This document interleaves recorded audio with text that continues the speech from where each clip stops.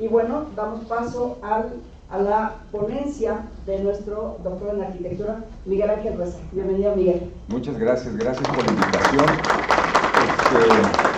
Voy a acercarme para bajar la luz y que las imágenes se aprecien de un modo conveniente. Creo que es este. ¿No? ¿Será este? ¿Se siente mejor? ¿Es más claro? ¿Va bajando? ¿Lo ves bien? ¿Ahí se ve bien? Sí. Estas imágenes son para ustedes. Me da gusto saludar a personas que conozco y otras personas que están a punto de conocernos, ¿no? Esto es algo mutuo. En este sentido, el título iniciático de la plática decía: no todo lo construido es arquitectura, ¿no? Pero acá, justamente, lo he problematizado en el sentido de decir que el dilema de la arquitectura es un arte, ahí debería decir, manoseado, porque está intervenido por mucha gente que ni siquiera es arquitecto. Pero el tema más sustantivo es que inclusive los propios arquitectos no hacen arquitectura, y eso es como una especie de incongruencia, decir, oye, tú fuiste, estudiaste arquitectura y no estás haciendo arquitectura. ¿De qué arquitectura me estás hablando, Miguel Ángel? Bueno, pues la plática se detona justamente a partir de la reflexión de qué es arquitectura. No qué significa arquitectura, no qué simboliza arquitectura, sino qué es la arquitectura. Yo sé que no a todos les gusta, pero bueno, porque no todo lo construido es arquitectura. Entonces, en una definición clásica, no voy a leer completamente el texto, este personaje nos ofrece y nos dice que la definición que todos decimos si hablamos de arquitectura está relacionada justamente con el mundo griego clásico, ¿no? Arge, el principio o el comienzo, y tectón, que integran las dos palabras de arquitectura, que significa construir o edificar. Y pareciera que quien conoce y sabe de esa práctica como un artesano se convertirá en un arquitecto. Y la respuesta es no.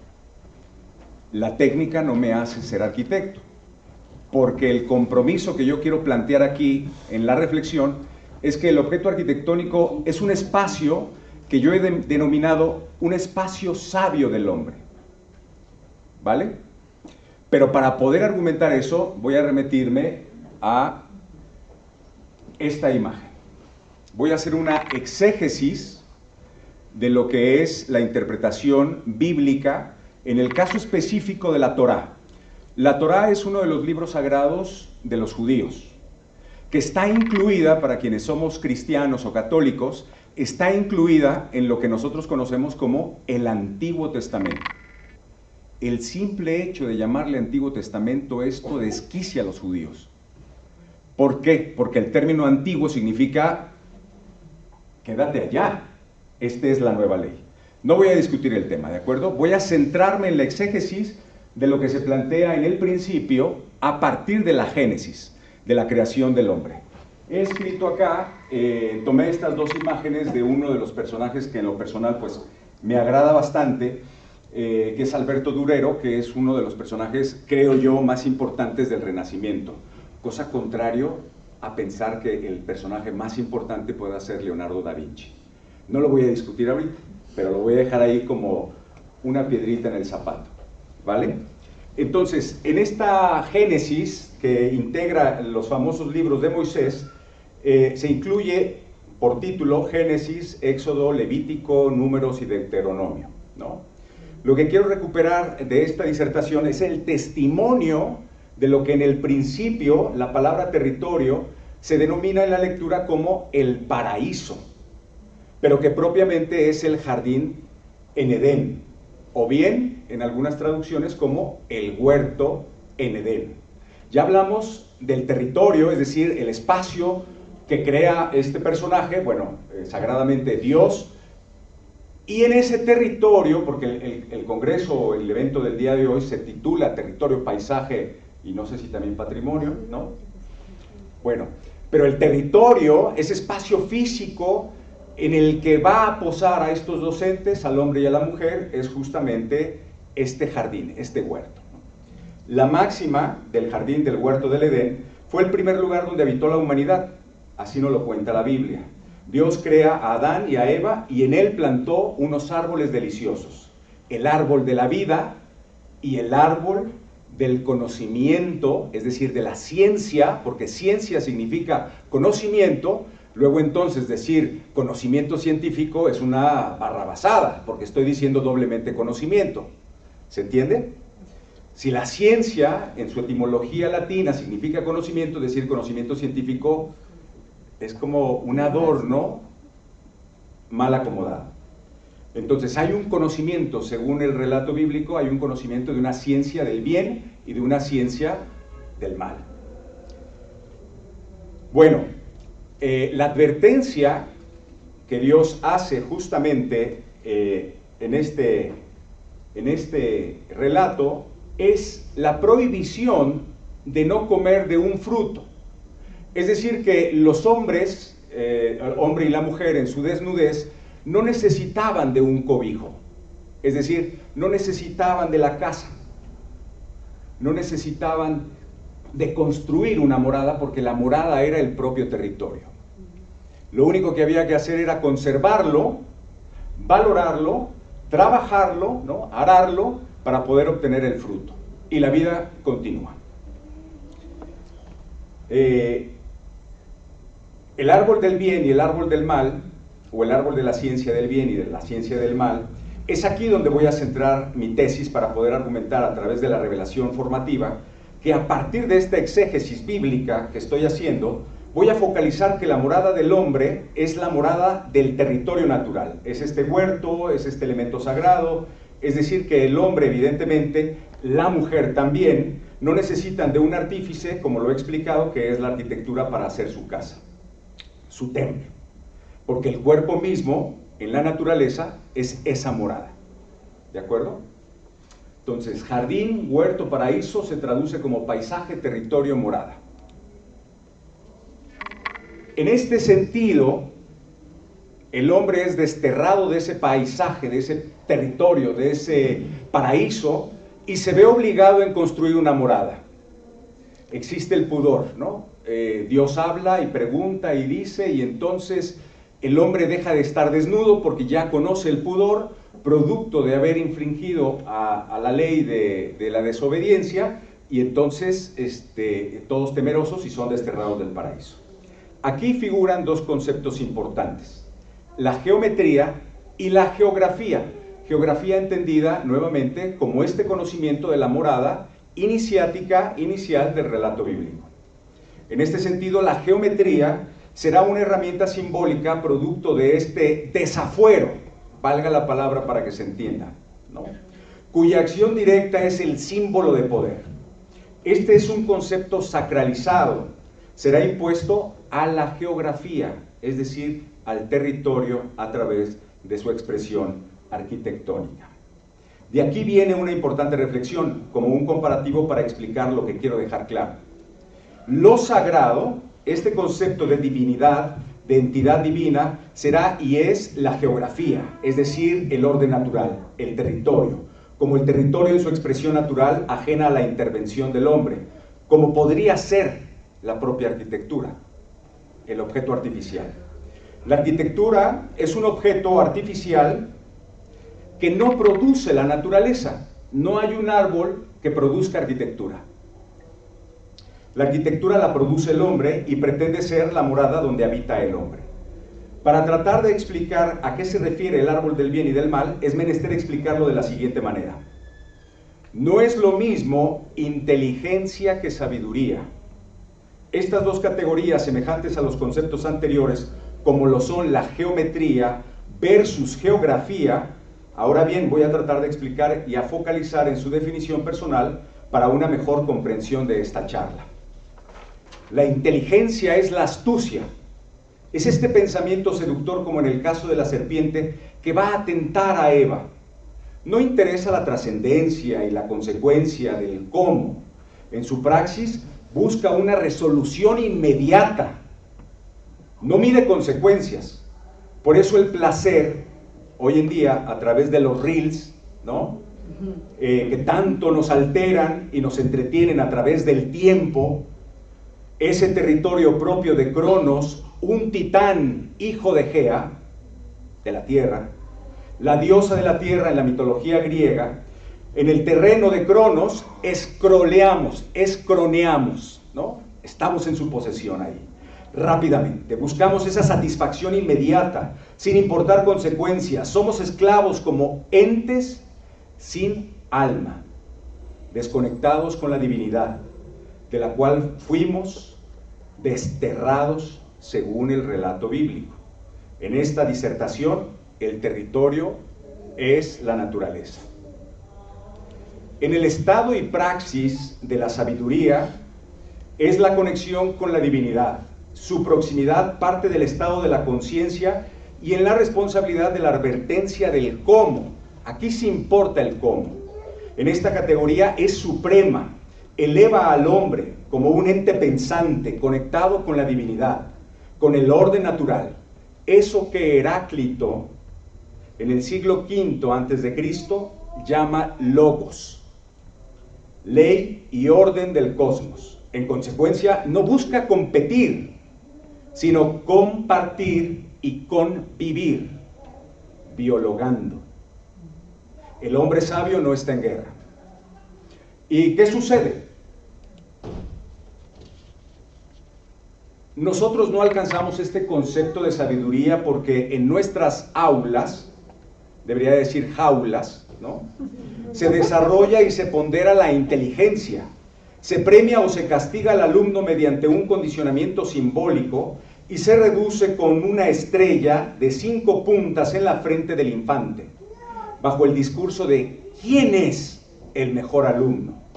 Ese alumno, del mismo modo que las categorías anteriores en su comparación, se separan del concepto categórico estudiante.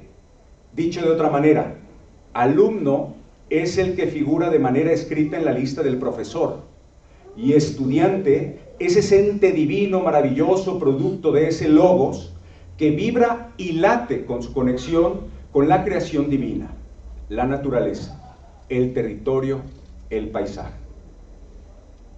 De este modo, nosotros vemos aquí brevemente una representación simbólica en la etapa más pura de todo ser, que es la infancia. El infante se ve sacrificado por los símbolos de un orden, de una estructura que él no entiende, pero que se van a ser tatuados, impresos en su consciente y que quizá después será en su inconsciente. Vemos unas montañas en forma de pirámides. Vemos una casa que es la representación de lo que le decía la madre a Alejandro Magno, este gran mal llamado conquistador del mundo, ¿no?, porque tendríamos que decir el mundo es más amplio de lo que esto se conquista, pero le decían, vuelve a casa. Claro, es un símbolo, ¿no? Nosotros vemos aquí justamente el símbolo del Partenón. En esta síntesis que le pedimos y que instruimos y que machacamos en el alumno, un conjunto de símbolos ocultos que todos van a ser reproducidos. Por eso es que yo hacía la acotación, en la jaula, no en el aula. Dicho de otra manera, de este modo afirmamos que alumno es igual a inteligencia. Este alumno mecanizado, reproductor, reproductivo, que va justamente a reproducir estos elementos que fueron plasmados en la etapa más pura, más bella, que es la infancia. Y vemos al estudiante, este ser que desde su naturaleza se desarrolla a partir del concepto estudiante, que simboliza y representa la sabiduría. Del mismo modo sucede con la geometría. La geometría es la ponderación de estos símbolos a los cuales sirve la inteligencia. Y la geografía es este territorio de sabiduría.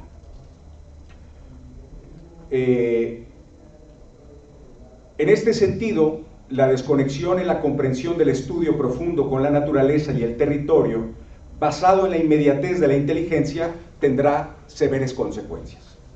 Una vez dicho esto, voy a atreverme a ofrecerles a ustedes, que son la importancia de mi discurso, en este reconocimiento individual, porque todos somos diferentes y no somos iguales. mi reconocimiento como estudiantes, sabios, mi propia definición de la arquitectura. La arquitectura es el espacio sabio donde habita el hombre. También tiene razón. Es la arquitectura la comunión entre el hombre y la naturaleza.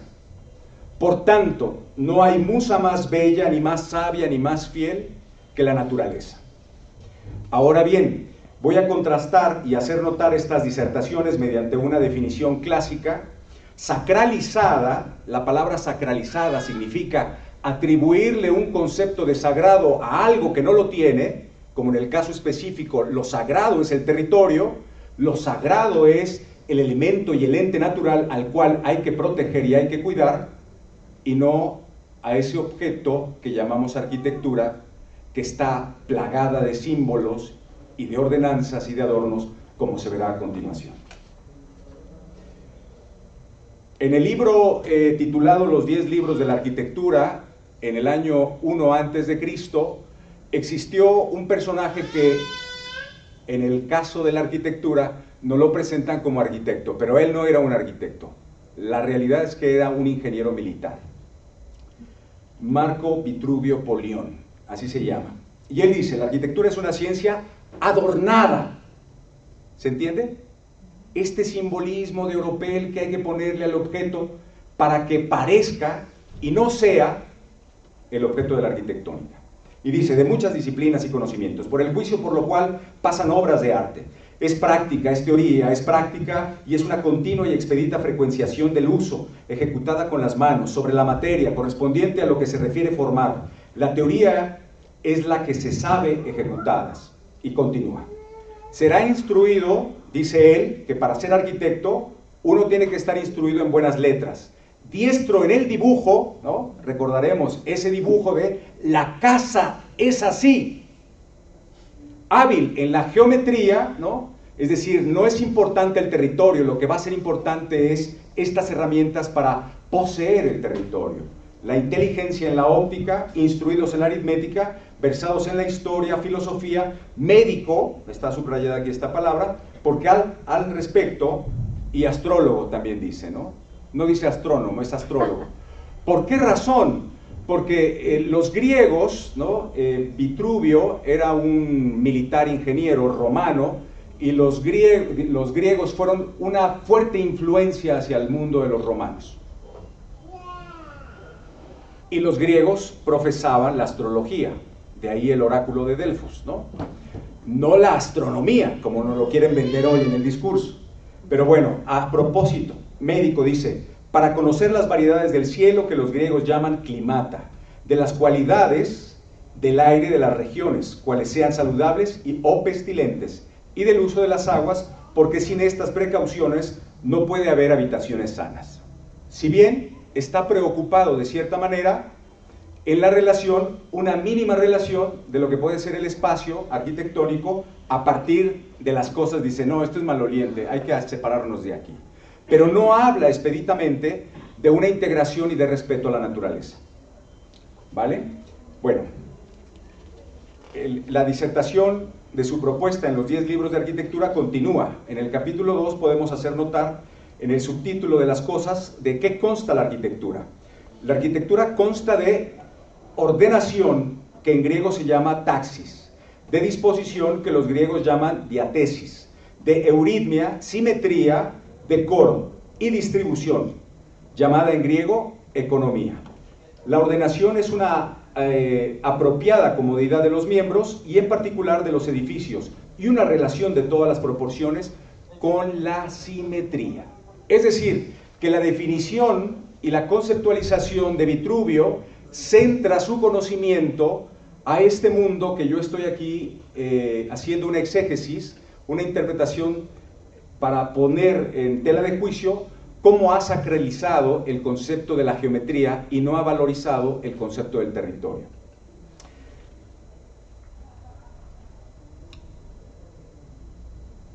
Bueno, de esta comprensión, la arquitectura se desencaja del orden natural y se alza en la impronta del hombre en esta idea de convertirse en un dios, de construir sus propios templos, donde habita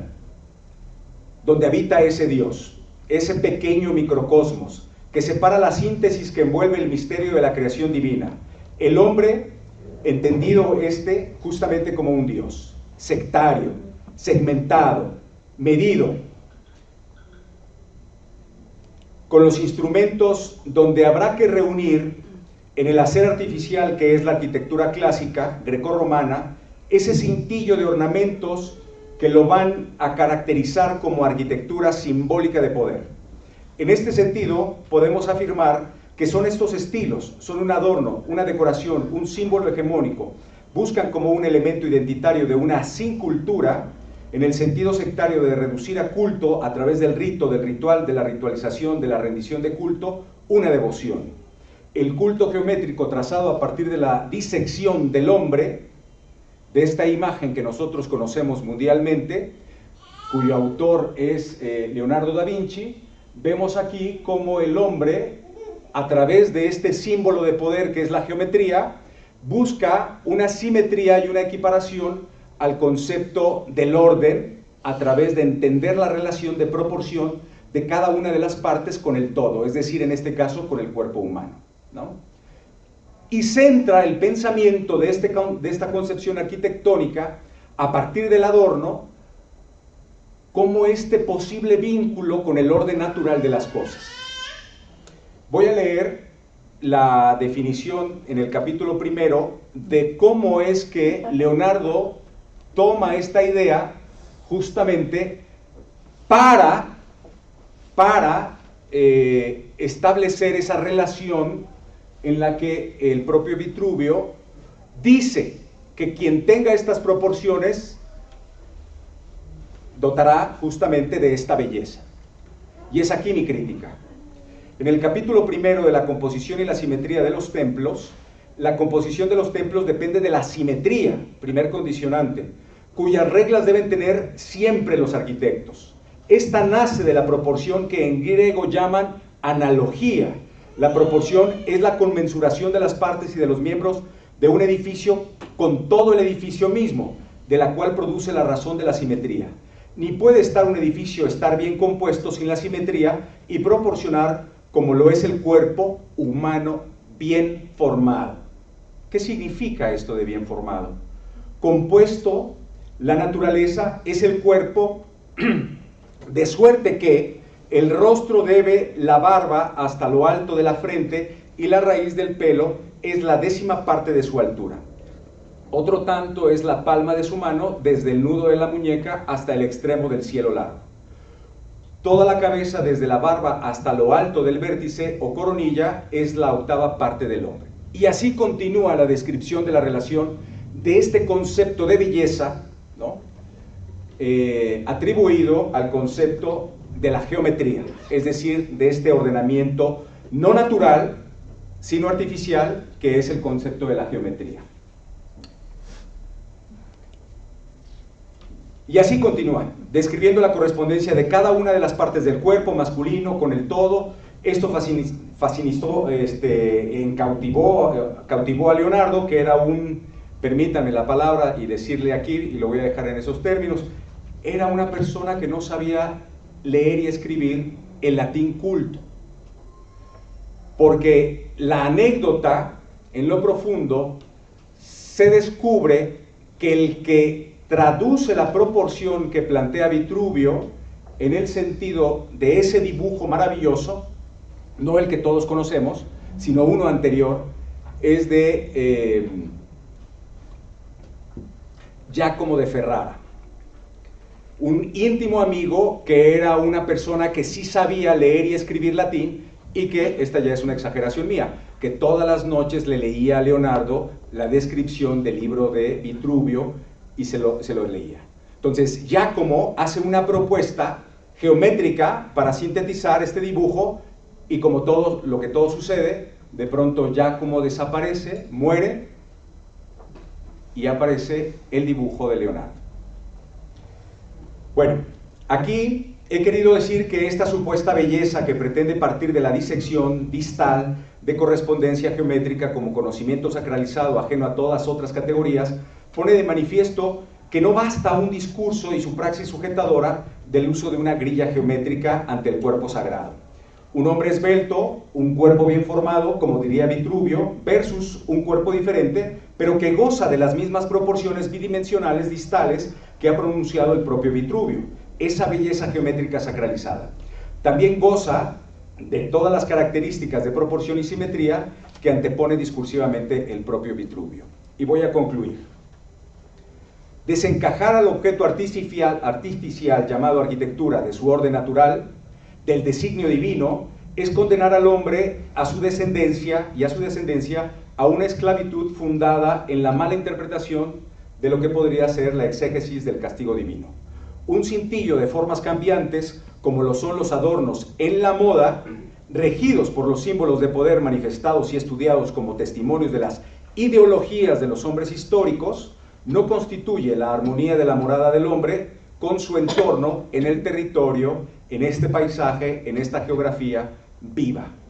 Como viva es la arquitectura como espacio sabio del hombre.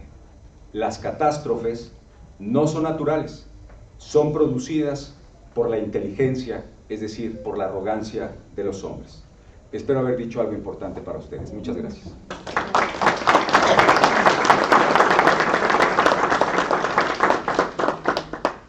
Muchas gracias, arquitecto, siempre es un gusto y un placer escucharte, y además porque los arquitectos siempre tienen esa sensibilidad de apreciar el universo desde otro punto de vista.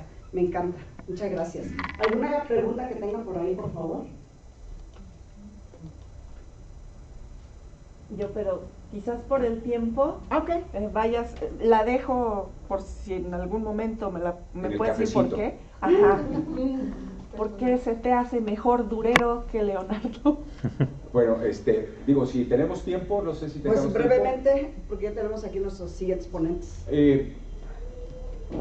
Leonardo es un hombre con talento, indudable, no lo puedo negar, tiene un talento. Y aquí lo dejo como una reflexión personal. Leonardo está desencajado del seno familiar. Esa impronta, la voy a dejar para la reflexión, marca mucho a Leonardo.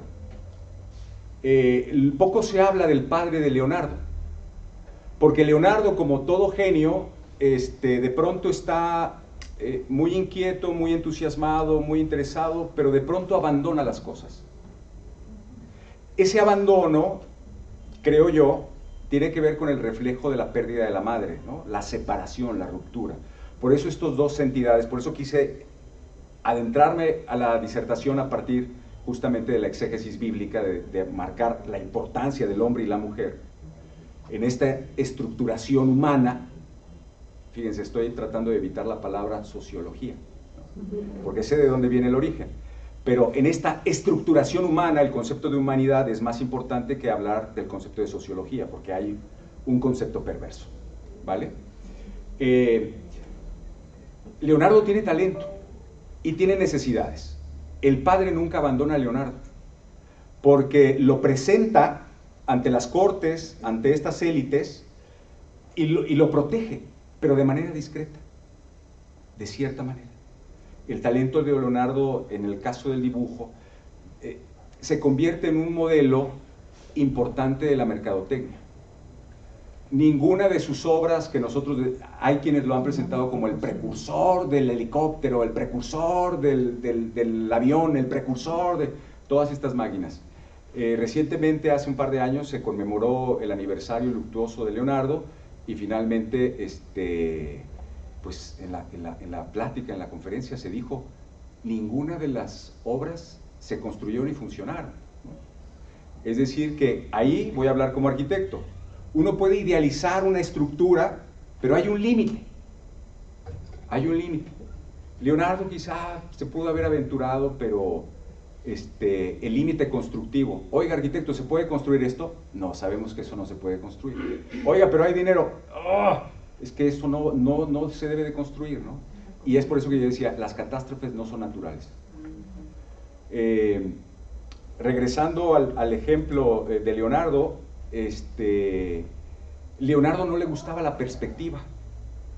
este dibujo metódico, académico, riguroso, que tiene un método al cual el doctor Monroy decía, es que es muy rígido. Pues sí, el método así lo es rígido. Oye, pero hay que ver, Leonardo huía del método, no le gustaba la perspectiva en ese sentido, él quería ser más lírico, más suelto, más... Y está bien, está en lo correcto. Leonardo no escribió libros de arte, pero están los testimonios ahí, ¿no? Nadie cuenta esta anécdota que yo he recuperado a través de la investigación de la tesis doctoral, justamente que este gran amigo es el que le da la disección del cuerpo humano, porque había un enigma, había dibujos en el pasado de la arquitectura romana donde aparecía el hombre de Vitruvio, pero eran dibujos bastante feos, ¿no?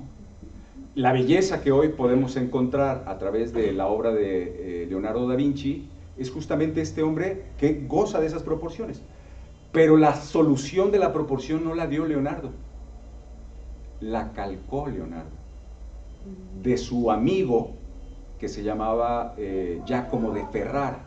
Bueno, Ferrara era el lugar de donde pertenecía Giacomo. Y Leonardo, cuando uno se mete a estudiar a Leonardo, Leonardo no sabía leer y escribir el latín culto, como lo era en apariencia el libro sagrado de los 10 libros de arquitectura de Vitruvio, en el sentido de, esta es la ciencia de la que critica el doctor Monroy, y se escribe de esta manera. Entonces el latín tenía, como en el caso nuestro, hoy en día se nos piden 2 idiomas. El inglés es el idioma universal, ¿no? Un paper tiene que aparecer la disertación en inglés. Entonces el latín, en esa idea de la construcción de la historia del imperio de la humanidad romana, como un imperio, era el latín. La ciencia y todo lo duro es el latín. Leonardo no sabía leer y escribir latín, el latín de la ciencia, del oculto, ¿no? Escribía un latín vulgar. Para volverse interesante, lo que él encontró es espejear su escritura, para lograr ese misterio, ¿no? Entonces, la escritura que nosotros leemos es una escritura como a la inversa, como para no te enteres lo que estoy escribiendo acá, ¿no? Entonces, hay muchas anécdotas, perdón, pero lo que quiero decir es que Durero es un hombre que verdaderamente se mete a la profundidad al conocimiento y es Durero y no la copia de o la utilización del conocimiento de otra persona, sino es Durero el que construye ese conocimiento. Creo que Durero escribe 5 libros, y la obra de Durero forma parte de la influencia, en el caso académico y estudio, de la medicina. Y no son los libros o los croquis en las libretas de Leonardo las que van a marcar justamente esta anatomía, como mucho se ha dicho, ¿no? Son los libros de Alberto Durero los que se van a publicar o van a ser parte del conocimiento de la ciencia médica.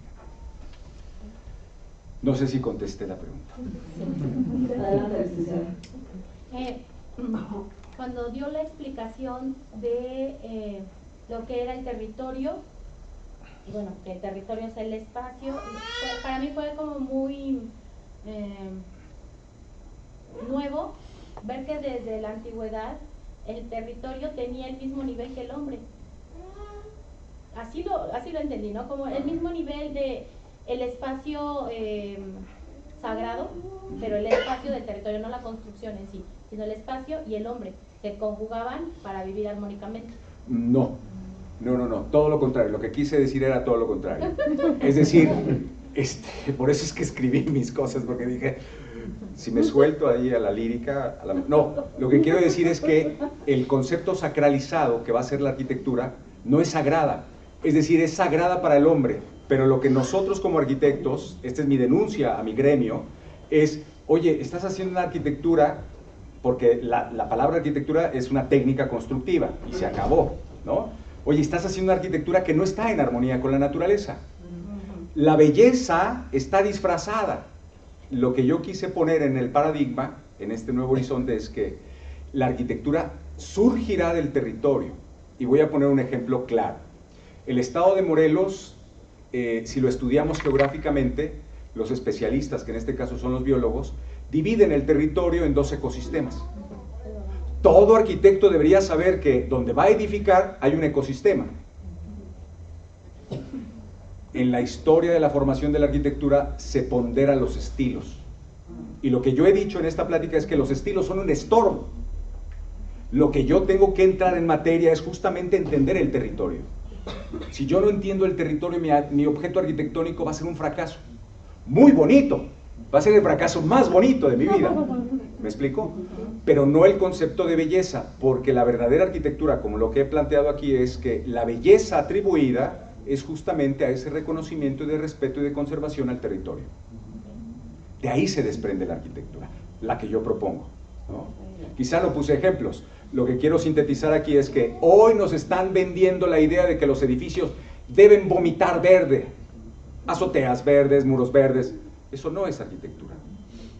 Eso es decorar el edificio diciendo que estamos haciendo arquitectura sostenible. El término correcto es sostenible.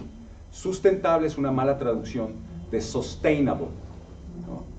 Sustentar existe en el concepto de sustentar una tesis, como lo que he tratado de plantear aquí, en esta importante charla, bueno, en esta importante convivencia con todos ustedes.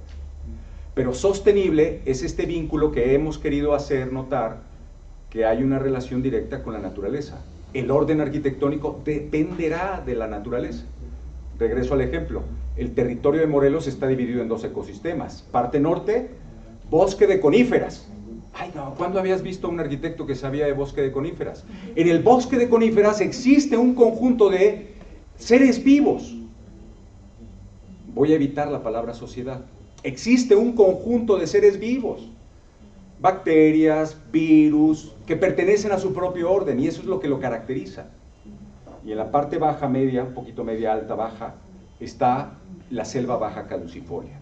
Dicho de otra manera, la arquitectura del norte será una arquitectura distinta a la arquitectura del sur.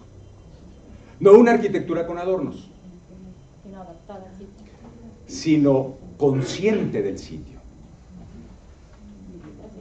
No sé si he sido claro. Muchas gracias, arquitecto. Te voy a entregar tu... Muy amable, gracias, sí. Tu reconocimiento.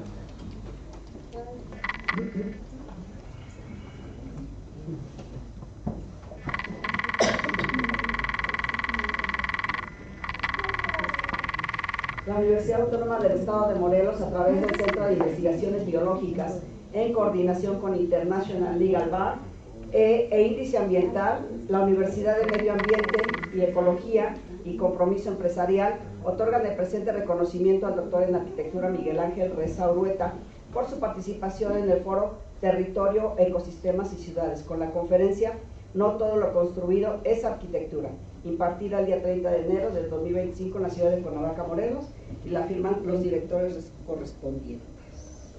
Muchas gracias.